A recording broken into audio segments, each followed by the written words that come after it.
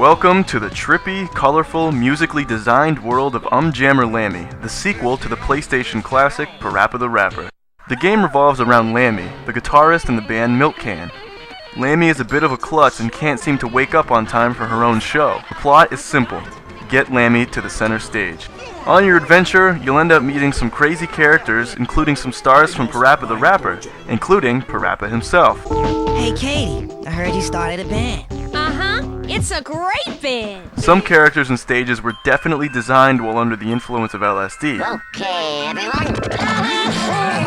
I'm proud of all of you. Or at least it looks that way. The gameplay is much like in Parappa.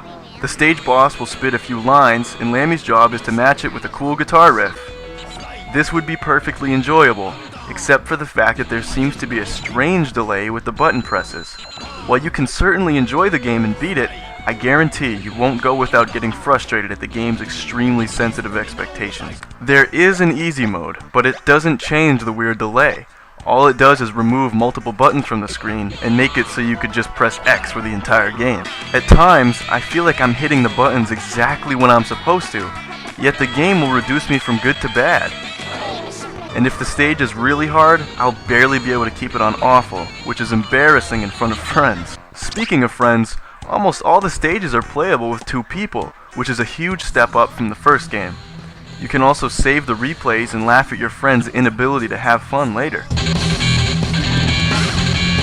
If you can adjust to the awkward button press timings like I did, you'll be able to advance and complete the game. Congratulations! Thank you!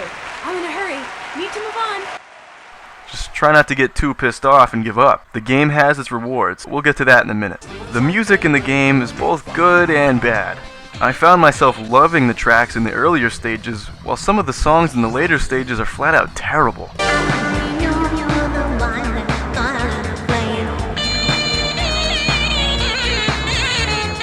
It's almost like the developers ran out of creative juice and spat out whatever they wanted to meet some deadline. And unfortunately, those same awful songs are the most difficult and have almost no definite rhythm. So be prepared to have your ears hurt and your patience tested. Like I mentioned, the game does have its rewards.